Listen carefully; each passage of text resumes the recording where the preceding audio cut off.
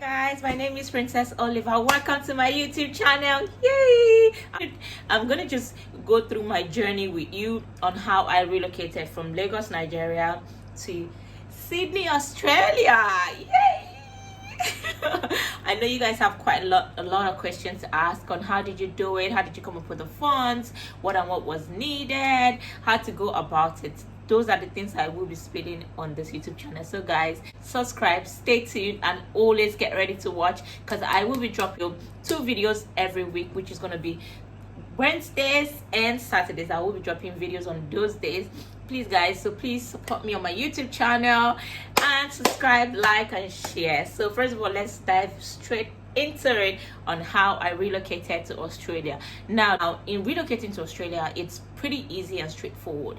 You just need to know which route are you taking. Are you taking the work route? Are you taking the study route? Are you taking the skill nomination route? You know, there are various means in which you can relocate to Australia, but today I'm just going to give you a tip of the iceberg, which is how I relocated via the study route to Australia.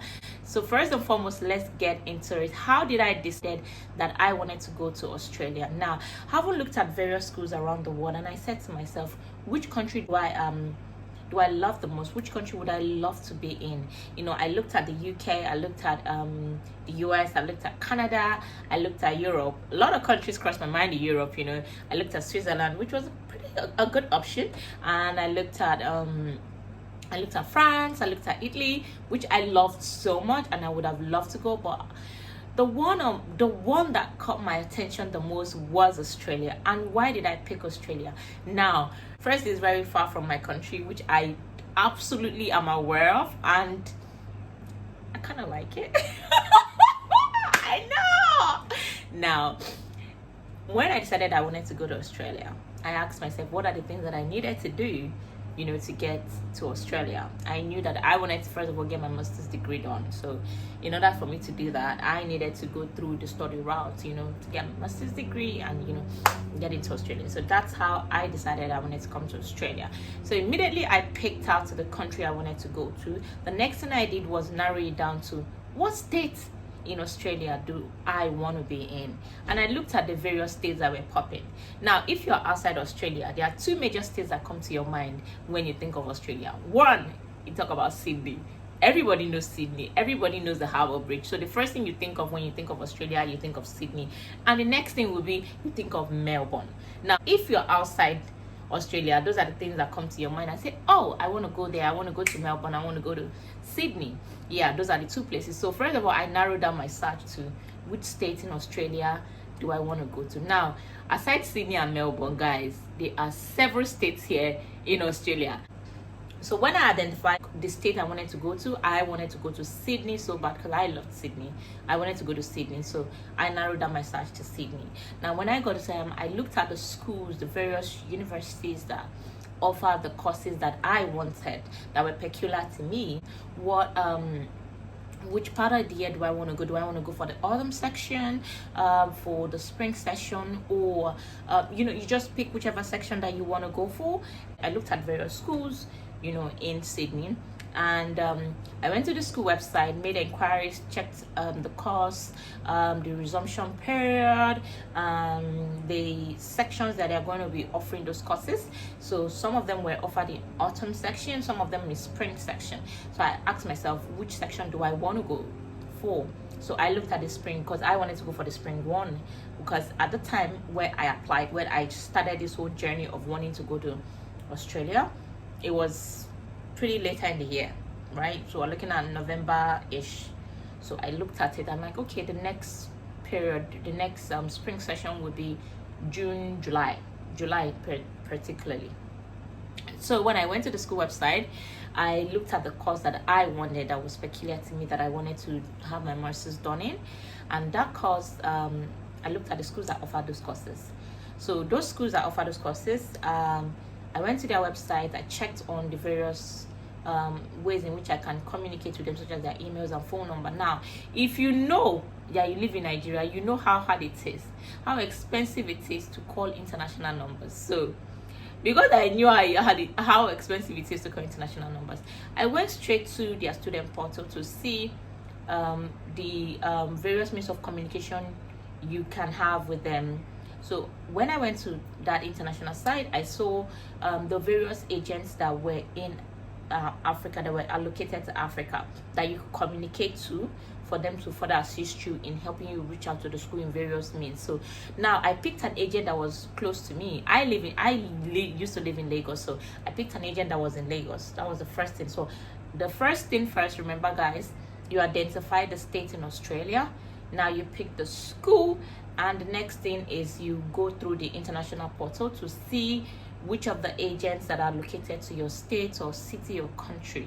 So those agents, you contact them according to the one that is closest to you or the one that you feel you prefer. Now I contacted the one that was closest to me, and lo and behold, I went to their office. I said, okay, how do we get this whole thing sorted? I want to relocate to Australia. What are the things that will be required? I'd looked at the course, I saw the tuition fee, I saw the next session they are going to be coming on, and those things I identified. I was ready to move on to the next stage. Spoke to them. They told me, oh, all right, send me your resume, your BSc, your WIEC results, every other information that would help you move further to this process. So they listed out a list of documents that I was supposed to send to them. Some of them included my international passport as well, and my bank statement, and any biodata that I had, any information that I had, such as my transcript as well, my university certificate, my everything, just name it, everything.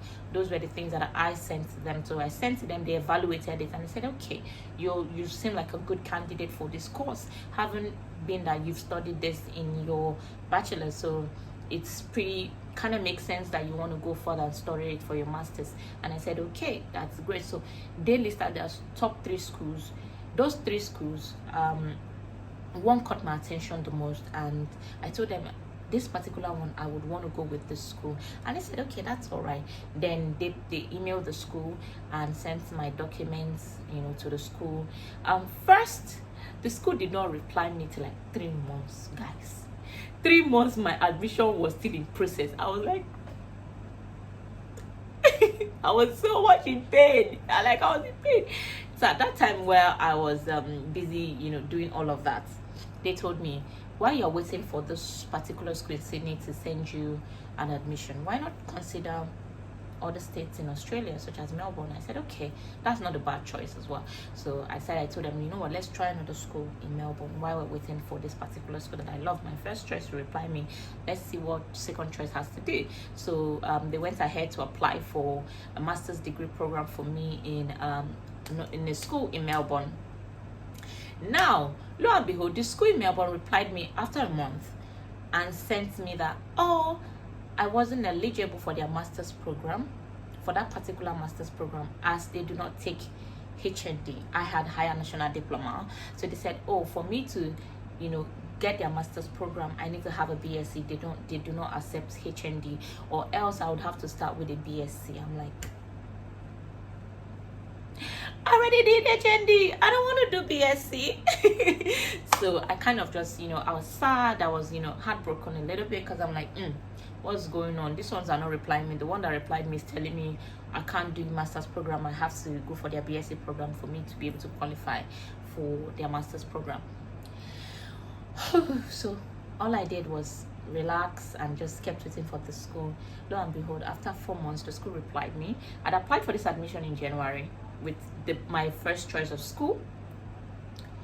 Lo and behold, they replied me, let's see, January, February, March, April. They replied me January, February, March, April. Yeah, they replied me April. They sent an email in April that they wanted further documents. So we sent those documents to them, and they reevaluated it, and it was just back and forth. My school was so tough getting into. It felt like I was applying to be an angel in heaven, guys. Literally, it was so taxing, because every week the school kept sending emails to my agents for me to send one document or the other. I kept writing statement of purpose, which is SOP.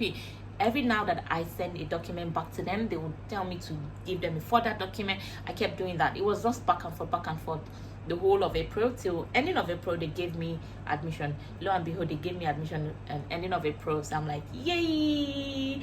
And guess what?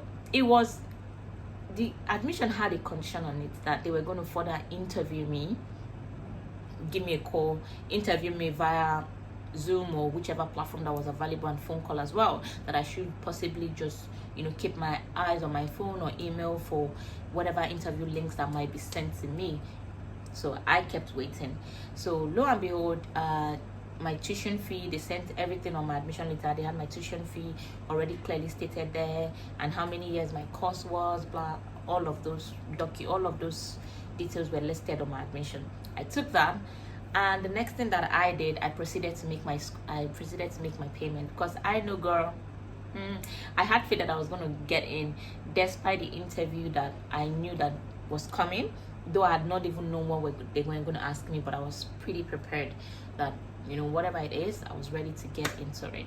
Now, my school called me one early morning. In fact, they were the one that woke me up. Now, Australian time, at that time, Australian time and Nigerian time were like polar opposites. Now, so 5 p.m. in Australia was like 8 a.m. Nigeria time.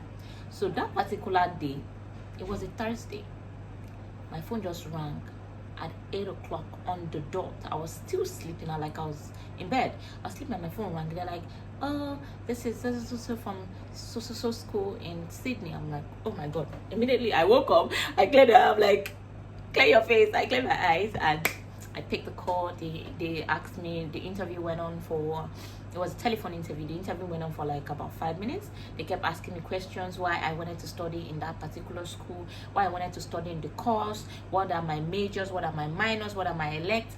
All of those questions were being asked to me on the spot, guys. So one thing I will tell you guys is, if you receive an offer letter from schools in Australia, the ones that will tell you that they would conduct an interview, which is to them is their GT, right? Now, if they tell you that, please study your admission letter, please study your offer letter, such as the courses, go back to the school website, read about the courses, the major, the minors, because these questions might just pop up. Thank God I had read my offer letter prior to that time, so I knew what my subjects were going to look like, what my majors were, what my minors were, and things like this, like why I wanted to study that course, what I was going to do after I'd gained my master's degree, what is my next line of action, will I come back to Nigeria to impact my country, and all of those questions were asked. Now, I answered those questions perfectly, and they said they were going to get back to me. Oh, another important thing that they asked was, how was I going to pay the fees? Because first of all, Australia is not cheap. Australia is not UK. Australia is not cheap. The average school fees in Australia is in millions, guys. So we're talking about 4M to 5M per semester, naira, you get. So it's not cheap. So they asked all those questions. I had told them that, oh, my parents, my mom, my sis were, you know, in support of me coming, so they were going to put hands together for me to, you know, further, and they were ready to pay my fees. And I also had savings prior to that time. So that is how the journey began. And a few weeks later, I think a week later, the school came to Nigeria because they were doing one of their various visits to countries, you know, organizing educational expose for people to get acquainted and get knowledgeable about the school and what they offer and various scholarship programs and all of that. So they came to my agent's office, and my agent told me, you know what, come over, because this school are still doing back and forth with you. They've interviewed you, you've paid your fees, but they are not giving me COE and all of those things. So my agent told me to come, and I did come, and I met with one of the representatives from the school. I met with her, and I told her that, oh, I've paid my fees, I've done the interviews, I've sent all the necessary documents, but I'm yet to get my COE for me to proceed with my visa and all of that. You know, she made calls to the school, to the admission unit, and said, oh, what's up with this? And they exchanged emails for a couple of days, because she was still in Nigeria. She was in Nigeria for like a week. So they exchanged emails for a couple of days with regards to me and all of that, and boom, my COE came and I proceeded to my visa stage. Guys, the visa stage was the exhausting part, but guys, that will be for next week. But thank you so much for tuning into my YouTube channel, and I hope you enjoyed this episode on how I moved to Australia. Now guys, next week I'm going to be giving you more and more episodes come, so please guys, tune in, share, like and comment on this page if you find this helpful. If you have questions with regards to how you can relocate to Australia via the student route or any other route, please drop it in the comment section and I will be reading them and replying them accordingly. Thank you so much for tuning in, and do have a lovely day. Mwah.